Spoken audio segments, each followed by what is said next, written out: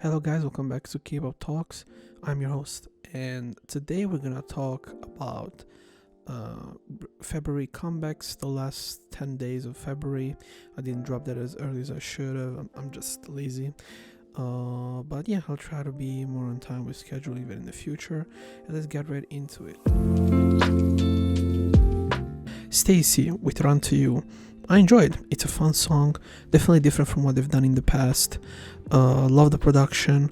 I also like how there's this contrast where the verses are a little bit more soft, a little bit more like think classic girl group, but the production hits hard. It's fast. It really hits hard with the bass.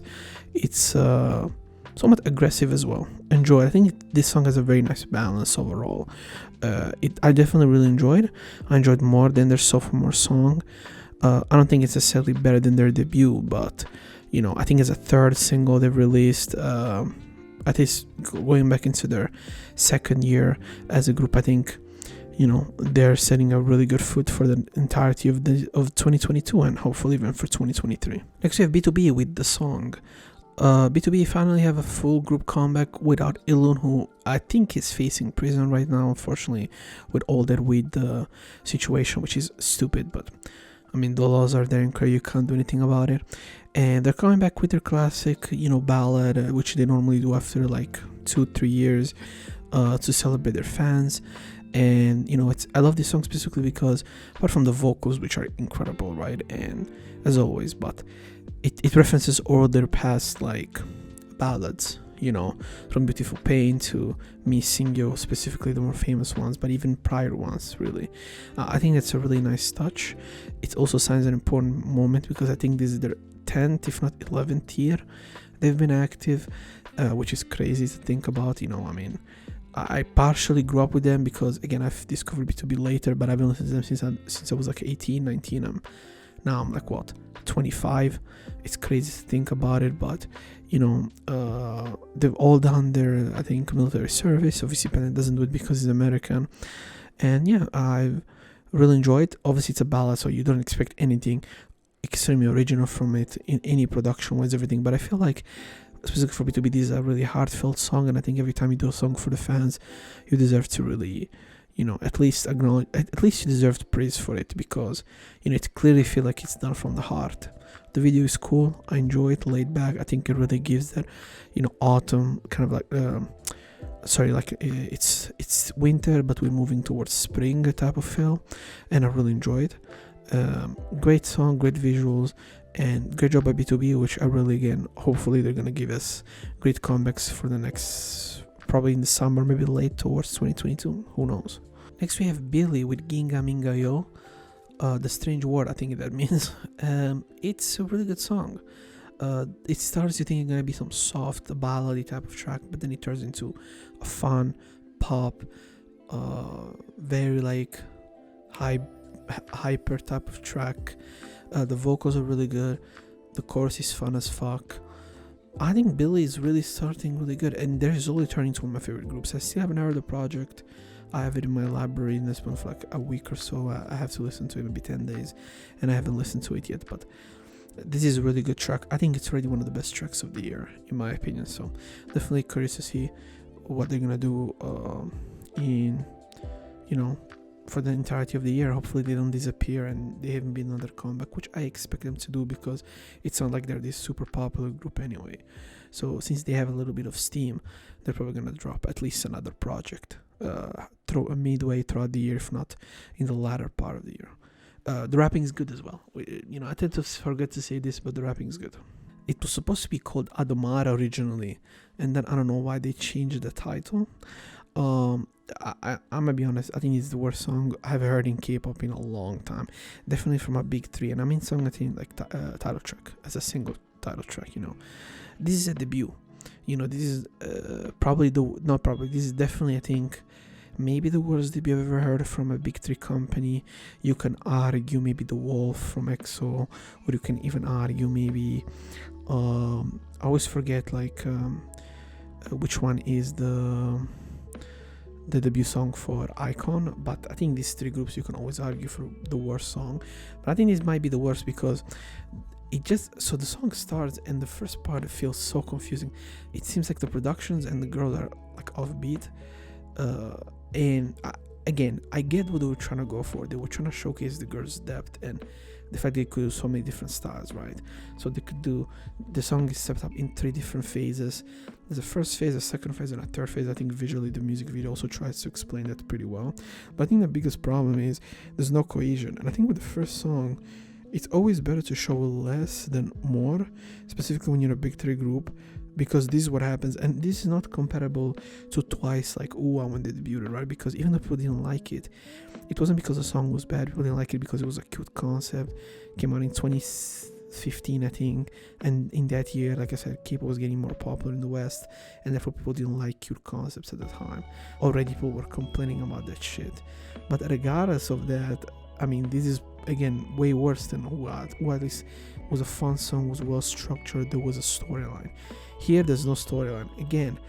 And what I don't like about the community is the song is bad, and instead of just saying, you know what, this song is bad, guys, it's terrible, let's just be honest with our opinion, they all be like, oh, it's not the girl's fault, let's just keep streaming it and listen to it. I don't even want to check how many views it has.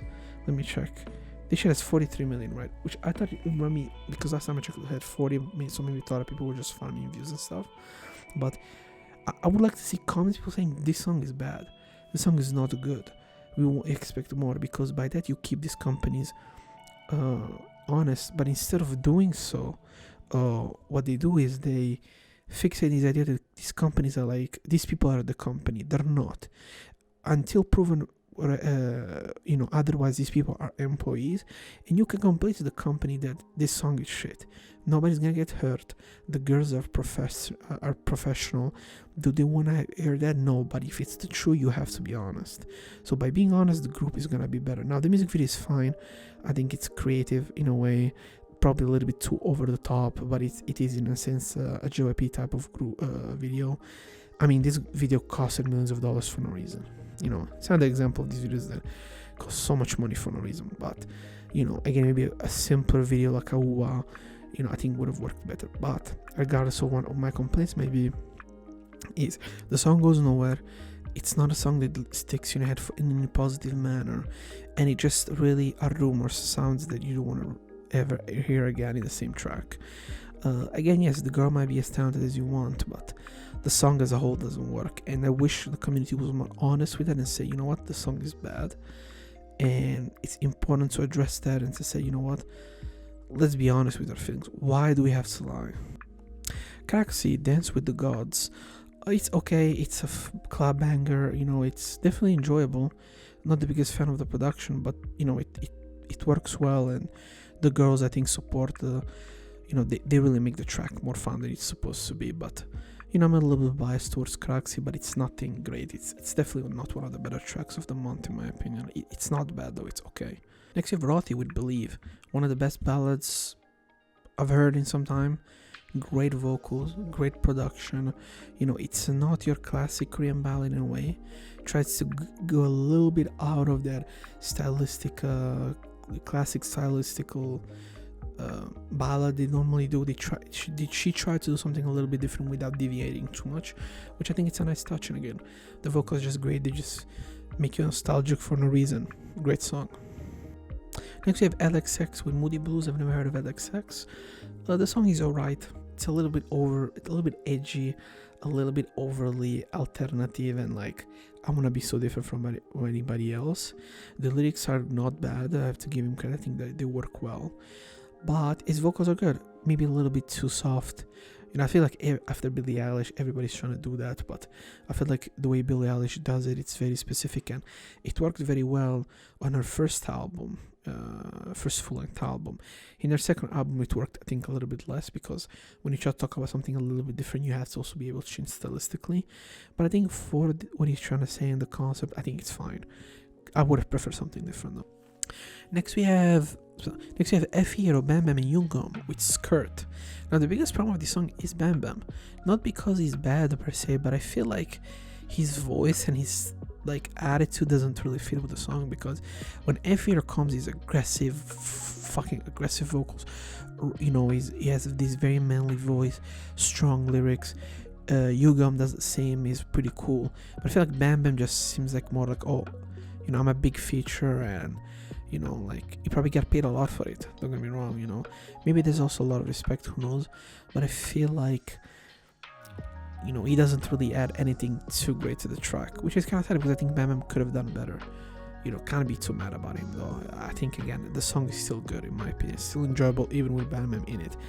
Like I said, it's not like the worst thing ever, but it just feels out of place. But Yugam specifically did better than I thought. I mean, you look at him, you think of him a certain way, but when you hear him rap, he's actually way better than you think. Next we have 20K Golden with Lei Zhang, Dawn to Dusk. It's okay. I don't think anything special personally. Lei definitely is better than 24K on this track at least, but it's boring. You've heard a billion of tracks like this, specifically from artists like 24K or Ian Dior and these people. Next we have the legend Doki. He's back with a new track featuring Sori, which is called First Raleigh. I haven't heard Doki rap I think since 2017. I think so, yeah, 2017. It's been a long time. He also talked on a podcast with Dumbfounded has how he didn't really care about making music, and he was living in LA chilling, doing business and stuff like that. His record still exists, his company, his label still exists, but hopefully he comes back and does what he's supposed to do, because he's great. And I think he's a needed figure, considering now also Joey Park is not in the Korean hip-hop industry anymore. I think for the future, really, if he has a chance to go and work with a K-pop group and make way more money, he will. Next we have Sura and Devils in the City featuring Doki. I really love her voice, her style. The production fits perfectly what you're trying to go with, this very like kind of like sad, dramatic kind of like song. I enjoy it. Doki does his thing. I enjoy it. I didn't know who she is, and makes me want to check her music in the future. I mean, I think this is probably the worst song of the year already, probably. And it's Gloom. Hello Gloom. TV Star. It's terrible. The guy says 2 lines for 2 minutes and 30. The production is boring. It's just stupid. It's really bad. It's pretentious as well. Like, he thinks he's cool and edgy, and like, the video is trying to also be scary somehow, but the video is not scary at all. I mean, actually not a little bit, like way, like he should have done way better, in my opinion. Like, but this song is terrible. Young Dying Every Second. This song is very fun. I mean, you wouldn't expect from song from Young specifically to be this diverse, but there's different styles, different productions. Her vocals are amazing. On it, in my opinion, it's just a great track, really. It's kind of like it's not really post-punk, but it's again trying to fuse like rock, hip-hop, R&B all in together. I think she does it well enough in this track, and again there's enough diversity stylistically where the song never feels boring, which is hard to do in my opinion, and I think she does it well. Next we have Rita and Sunny with No. Great track actually. I love Rita's vocals. I didn't never know who she is, but her vocals are incredible in here. She has this very, very beautiful kind of like, it feels like she really lived 1,000 lives. She went through a lot. Sunny complements her very well in my opinion with this feature, and there isn't really much to complain. A lot of times with these type of tracks, it can come off a little bit too simple or too boring, but I think they really complement each other very well. I think they also have another couple of tracks together, and I'm curious to see. I don't know if Rita has dropped an album or Sunny has dropped an album, but regardless, I want to listen to what they've done. I think if this is a small piece of what they could do, maybe in a joint album together, I'm really excited. Next we have Woody with Whatever. It's just a fun song, really. Is it the best? No, maybe it might even be one of the worst tracks of the month, but it's just fun. I just enjoy listening to it. It just makes me happy. I think Woody's vocals are good in here. The production is too basic. It's too like uninteresting and original, but specifically doesn't tell me anything about the artist. And I think production specifically today, it has to remind me of a specific artist. I think Woody really struggles with it in general, but this song, even though it's not the best, I enjoy personally.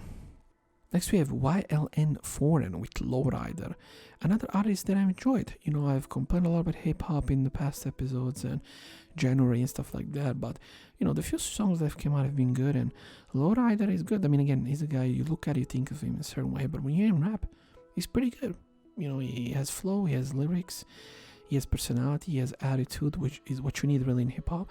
And if you can translate it into a good beat with a good chorus, you get a good song, which is the case for Ryder. So good job by YLN Foreign, which I assume maybe he wasn't Show Me the Money, and if he wasn't, I wouldn't be surprised if he was in this next. Next we have Sorn, former CLC member with Sharp Objects. Pretty good, actually. I think it's a very good song for her debut as a soloist. You know, Sonya is somebody that always gives the impression to be very arrogant, you know, when you see her on social media and speak like that. But, you know, if maybe she's very confident, when you hear this type of music, you can understand why. So it's a very good track, good fusion of modern pop, 80s pop, and disco, and just really good vocals, because Sorn can really sing, you know, even though she was never, maybe she didn't really showcase that a lot when she was in CLC, but I think in this type of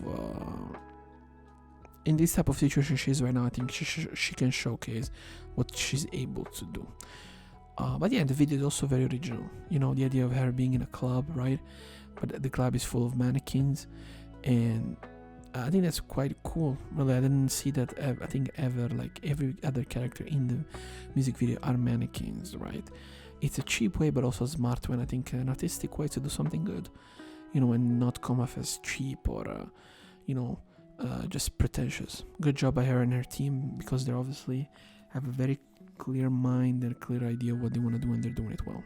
Amber dropped her EP, her last EP called L, I think, if I remember correctly, or Z exclamation point, and the song's called Easier, featuring Jackson Wang. Is it Easier, featuring Jackson Wang? It's an okay track. Again, I feel like Amber's vocals here are very mediocre, really. She can sing better, but in this song I think she did great.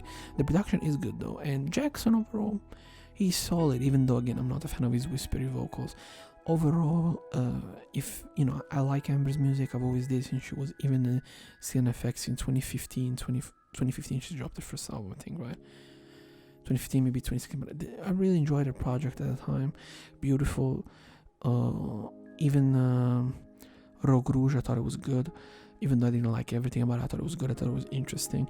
Definitely want to listen to this and see what is my opinions. But again, I think Amber, she's a very talented artist. You know, she's in her comfort zone in America, working with her friends and with the people that she loves. And I think that's something we all aspire to do in our life, right? So, respect to her, and again, my favorite idol of all time. You know, I always support her as much as I can. Next we have Choice featuring BPHK, Do What I Do. I love this track. It's fun, it's beautiful, it's almost like poetic in a way. I think the video does a very good job at telling the story, but more than the video, really, I think from the chorus, the production, the lyrics, the song overall just makes you happy, you know, and it has this also very like homey feel to it. You know, again, like kind of like something you listen to with your friends, you know, and on a late night all together at the beach, like drinking some beers, right? I think that feeling was captured through the song very well, and the video does that as well. So good job by Choice, who has been on a good track, I think, recently, but also Gecko has been doing very well. So good job by them overall. Next we have Black Level with Infection. I assume Black Level is a rookie group, because I've never heard of them last year, and I checked almost every music that came out. But regardless, this is the first song I've heard from them, and it's whatever. It's, you know, it's somewhat BTS inspired, it's somewhat EXO inspired, you know. They're trying to kind of fuse a lot of different styles together, and you know, it's not like they do it poorly or anything, but it's just uninteresting. Why would I listen to Black Treasure? Right, is Black Treasure? No, Black Level, sorry. When I can hear Treasure, when I can hear 80s, when I can hear EXO themselves or BTS themselves. So yeah, that's the biggest problem I think with these groups, just copycats, and they're copycats of copycats, and they just do it as uninterestingly as the copycats of the originals. So the copycat of the copycat is never gonna be even as good as the copycat of the original. So I don't know, I feel like it could have been more, but it just seems like the company had no real plans with it, which is sad with this type of groups. And again, I always hope they can find like a way of doing it and doing it well, because at the end of the day, it's good for the genre, right? If this group is good, it's good for everybody, in my opinion. Next we have Who Song with Hangover. Good song, actually. I think it's a pretty good song by Woo Song, who seems to be in a good space recently, artistically and everything. The song is not like the most original thing ever, but again, to give the feel of a party with your friends. I think that's Emily. You see him right now in the video. I think he has also been working way more in America now. Like I see this a lot of now with a lot of American-born artists that work in Korea. They also always move to and stay where they grew up, because there's no reason for them to be in Korea if they're not really gonna promote for the most part, which I think is smart. But regardless of that, song is fun. It represents that feeling pretty well, and overall I think Woo Song, again, even though he hasn't been the most original in many ways, I think it's not really originality what matters. It's more like being true to who you are as an artist. And I feel like Woo Song in recent times is more himself, and therefore that also transpires in his music and the way he does music. Regardless of that, it's a good song with good lyrics. Again, Woo Song has always been a very good singer in my opinion. But yeah, I mean, apart from maybe the product placement mid through way the video, the rest of the video feels nice. You know, it's like it's a party that I wish I had with my friends more often. That's all I can say. You know, I think pre-COVID we had a couple parties like this, but it's been like a couple of years now. So maybe this summer we can do something more. You know, it would be fun. Good song, and I think that's really close February in an interesting way.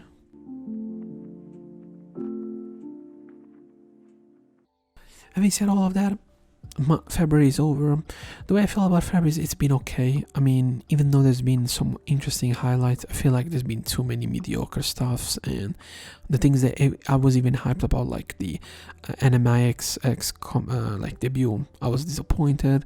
A lot of the rookie groups were uninteresting. The sophomore groups in their second year, a lot of them were uninteresting. So solo music was good as always. It's been in the last year and a half, but for not a year and a half, like in the last say 14 months. But for the rest, it's just been really not it. So hopefully March is better, and March seems to be kicking already with some interesting stuff. Regardless, if you enjoyed the video, leave a like and subscribe, and tell me what were your favorite songs of February and your least favorite songs of February, and what are your most hyped K-pop comebacks of March. And see you in the next video, supposed to come next week, at the 10th of March. So hopefully I can do it. Cross your fingers, guys.